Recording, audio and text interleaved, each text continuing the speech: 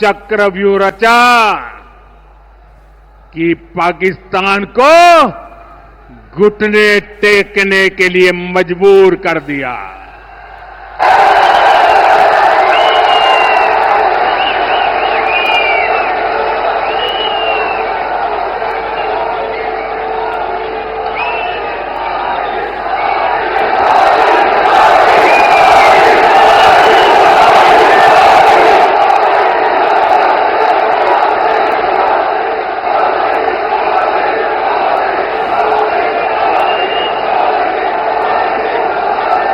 साथियों,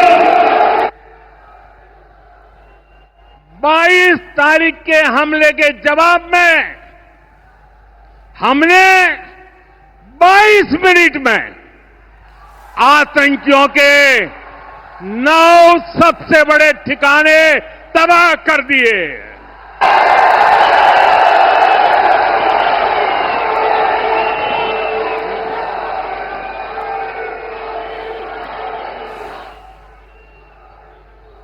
दुनिया ने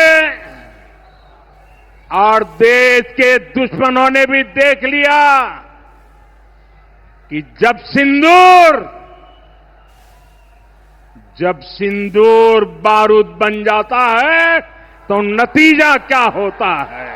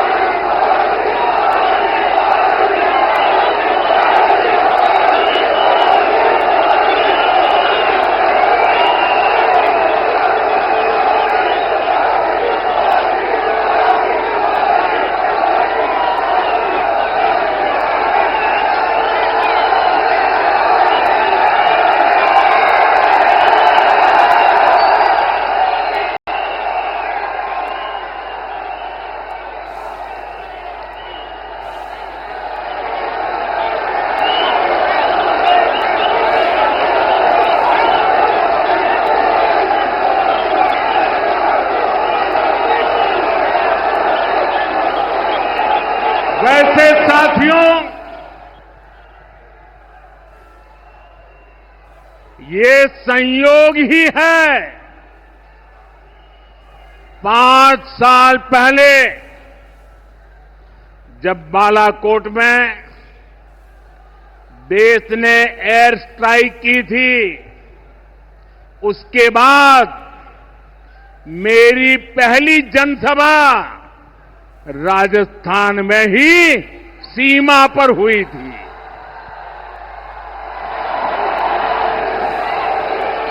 वीर भूमि का ही ये तप है कि ऐसा संयोग बन जाता है। अब इस बार जब ऑपरेशन सिंदूर हुआ तो उसके बाद मेरी पहली जनसभा फिर यहां वीर भूमि राजस्थान की सीमा पर बीकानेर में आप सभी के बीच हो रही है।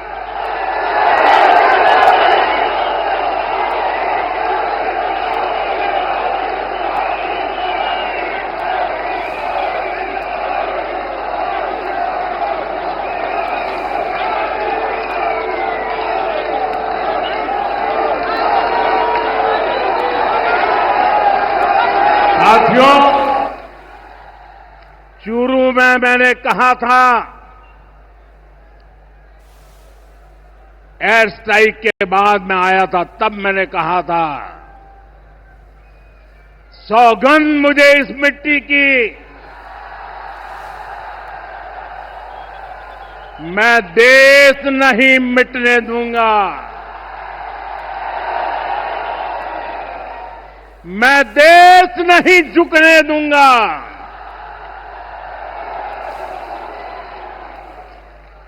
आज मैं राजस्थान की धरती से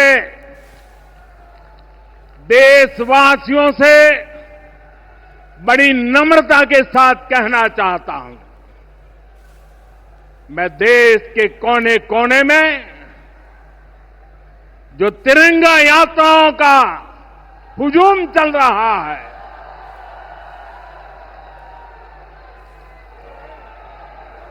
मैं देशवासियों से कहता हूं,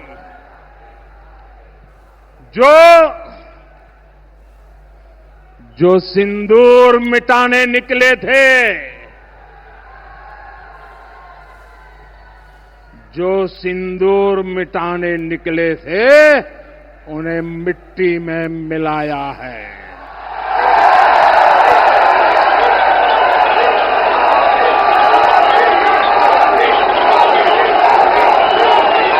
जो हिंदुस्तान का लहू बहाते थे, जो हिंदुस्तान का लहू बहाते थे, आज कतरे कतरे का हिसाब चुकाया है।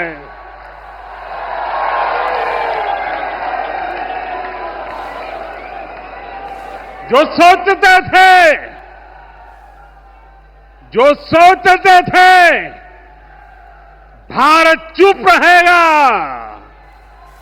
आज वो घरों में डूब डूब के पड़े हैं।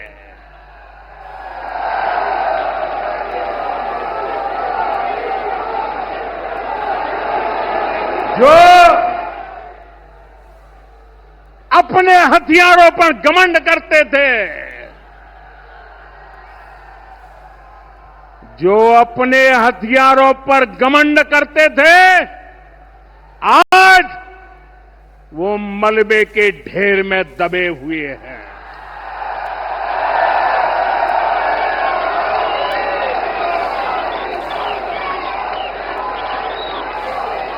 मेरे प्यारे देशवासियों,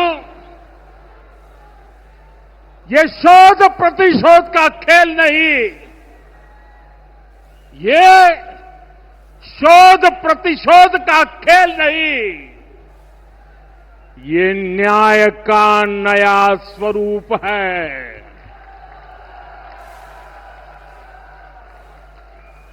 ये न्याय का नया स्वरूप है। ये ऑपरेशन सिंदूर है।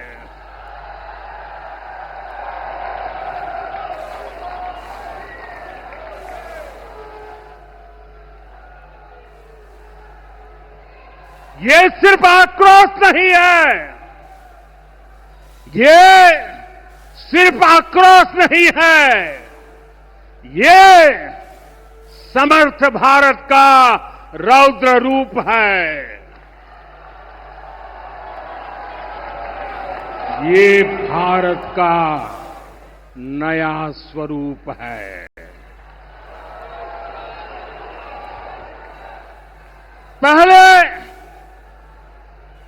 पहले घर में घुसकर किया था वार, पहले घर में घुसकर किया था वार, अब सीधा सीने पर किया प्रहार है।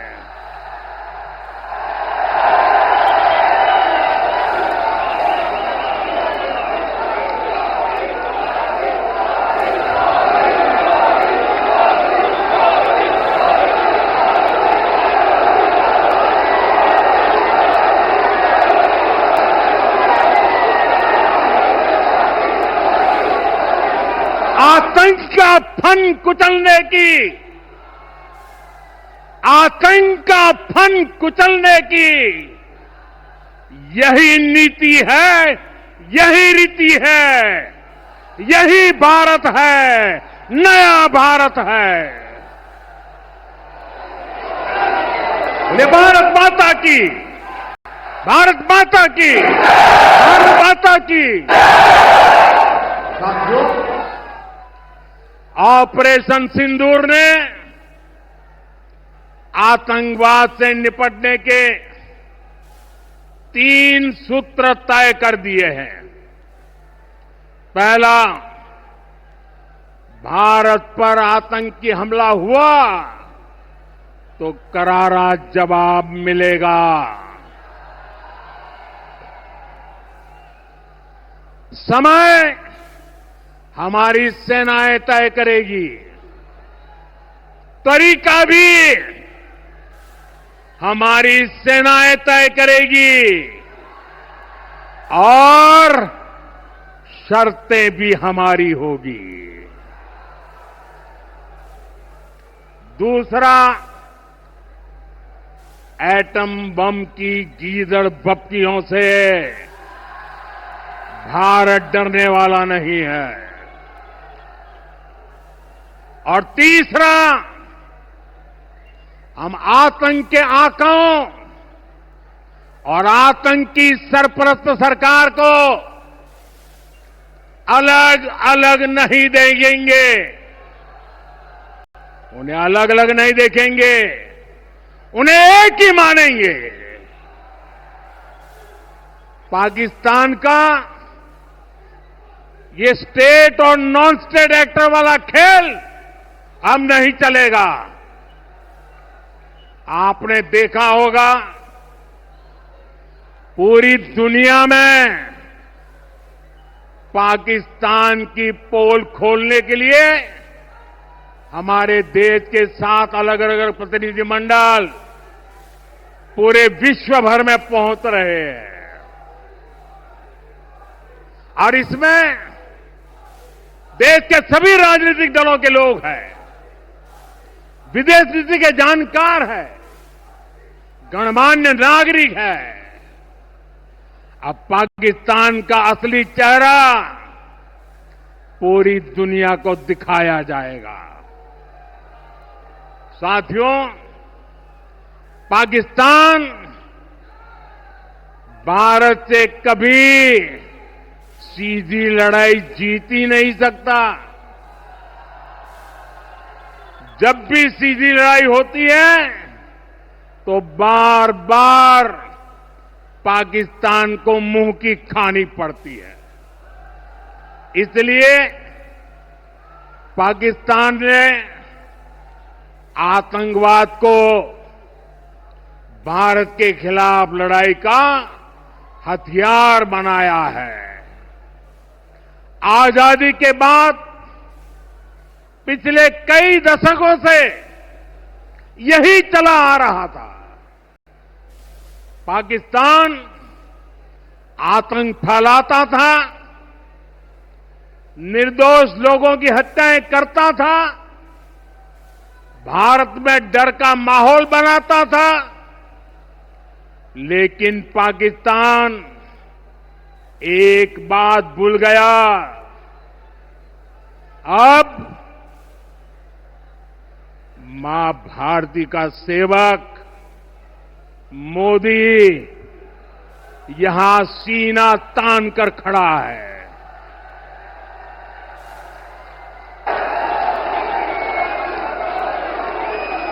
मोदी का दिमाग ठंडा है, ठंडा रहता है, लेकिन मोदी का लहू गर्म होता है।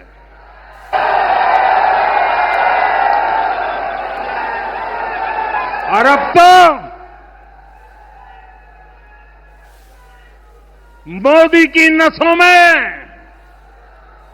लहू नहीं, गरम सिंदूर बह रहा है।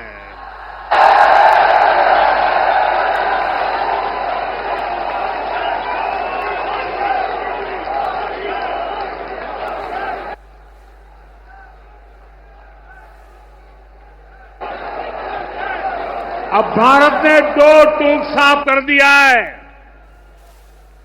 हर आतंकी हमले की पाकिस्तान को भारी कीमत चुकानी पड़ेगी और ये कीमत पाकिस्तान की सेना चुकाएगी, पाकिस्तान की अर्थव्यवस्था चुकाएगी।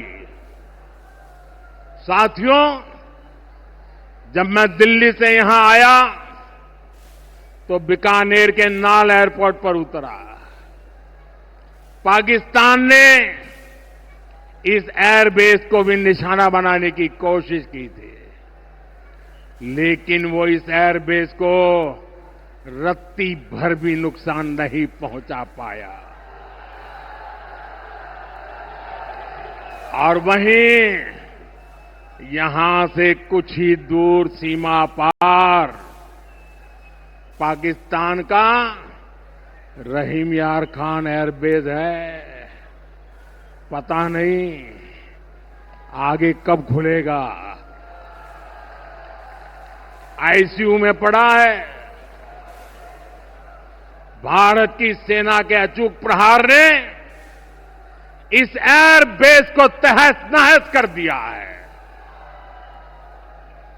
साथियों, पाकिस्तान के साथ न ट्रेड होगा न टॉक।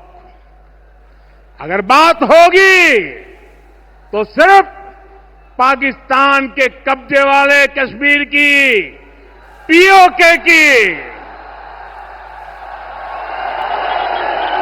और अगर पाकिस्तान ने आतंकियों को एक्सपोर्ट करना जारी रखा तो उसको पाई पाई के लिए मोहताज होना होगा। पाकिस्तान को भारत के हक का पानी नहीं मिलेगा। भारतीयों के खून से खेलना पाकिस्तान को महंगा पड़ेगा। ये भारत का संकल्प है और दुनिया की कोई ताकत हमें इस संकल्प से टिका नहीं सकती है।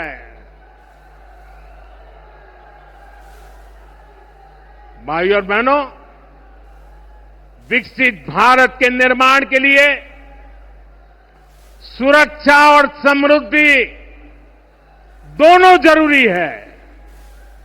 ये तभी संभव है जब भारत का कोना कोना मजबूत होगा।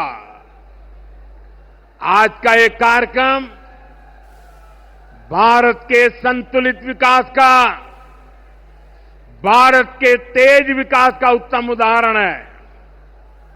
मैं एक बार फिर इस वीर धरा से